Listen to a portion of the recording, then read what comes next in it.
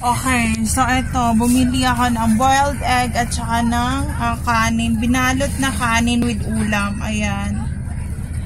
So ayun, alam nyo ba, ang facts about dito, nung elementary, high school, and college ako, ito lang yung lagi kong kinakain. Wala nang iba. Kung hindi yan, yung bagoong. So ayun, with water. So ayun lang, gusto ko lang i-share, friends. So, ayun. Kaya pag mag-travel kayo, pag-aralan nyo rin, baka matrap kayo eh. So, yun yung mahirap. Kasi, ang dami mga naliligaw na kaluluwa sa mga part dito sa Mindanao. Imagine mo sa isang taon, nilang sacrifice life ang ginagawa dito ng pagan. Pagan talaga, pagan life sacrifice talagang kalaban ng taga Mindanao eh.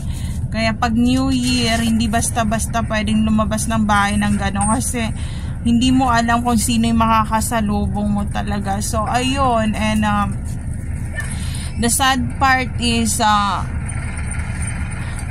meron akong kukwento talaga pero ayokong ikwento kasi sa third eye ko, meron akong parang laging kinakausap, ganyan-ganyan. And then, sinabi ng lola ko na forget him, huwag ko na raw siyang kausapin, ganyan-ganyan.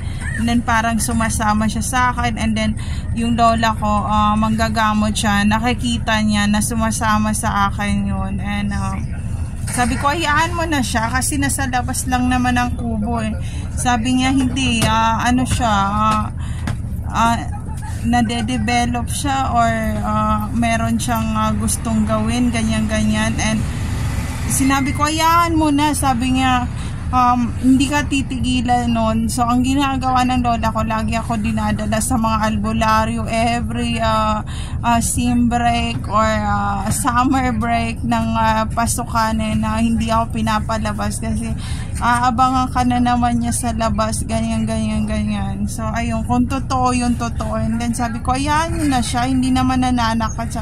Hindi nananakit, pero in the future, gagawa siya ng way para ikaw yung manakit ng ibang tao. And it's not happening because I don't wanna do that kind of situation. But maraming mga tao na nafo-fall sila sa ganun, and then they do a sacrifice for the long-lasting relationship for those people, and it's not happening to me. So ayun, gusto ko lang i-share, friends.